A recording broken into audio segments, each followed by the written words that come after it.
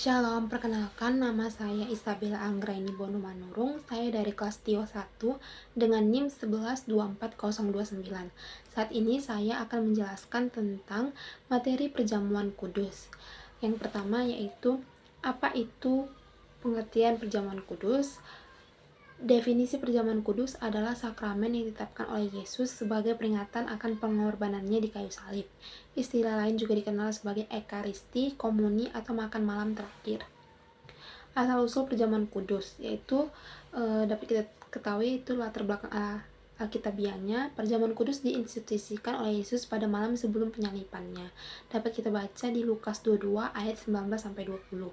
Perjamuan Paskah, signifikansi Paskah dalam konteks perjanjian Allah dengan Israel dan bagaimana ini berhubungan dengan keselamatan melalui Kristus. Makna dan simbolisme dari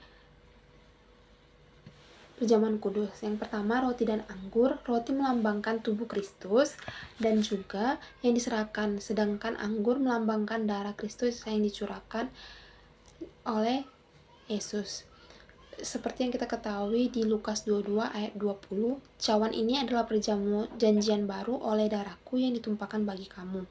Dalam sejarah bangsa Israel, mereka harus mempersembahkan anak domba yang tidak bercacat dan darahnya harus diusapkan di setiap tiang pintu rumah mereka. Dapat kita baca di Keluaran 12. Perjamuan kudus ini memiliki makna sebagai ingatan akan penebusan, persekutuan orang percaya. Dapat kita baca juga di Injil 1 Korintus 10 ayat 16-17. Tujuan dari perjamuan kudus yaitu yang pertama, ingat akan Kristus, menyatakan kesatuan, dan memperbarui janji. Persiapan untuk perjamuan kudus, yaitu yang perlu kita persiapkan adalah pemeriksaan diri. Pentingnya memeriksa hati dan motivasi sebelum mengambil bagian dalam perjamuan kudus. Dapat kita ketahui ini di ayat 1 Korintus 11 ayat 28. Sikap hati, menghadapi perjamuan kudus dengan sikap hormat, syukur, dan kerendahan hati. Dan mari datang dengan kerinduan seperti yang tertulis di Lukas 22 ayat 15-16, dan mari datang dengan kasih seperti di dalam 1 Korintus 5 ayat 7. Pelaksanaan perjamuan kudus. Prosedur pelaksanaannya itu menjelaskan bagaimana perjamuan kudus dilaksanakan dalam gereja, misalnya cara pembagian roti dan anggurnya. Yang kedua, frekuensi. Diskusikan seberapa sering perjamuan kudus dilakukan dalam berbagai tradisi gereja, mingguan, bulanan, ataupun tahunan. Biasanya perjamuan kudus ini dilakukan terkait hanya dalam beberapa bulan saja. Teologi perjamuan kudus. Pandangan berbagai tradisi gereja. Sebagai tradisi Katolik, roti dan anggur menjadi tubuh dan darah Kristus.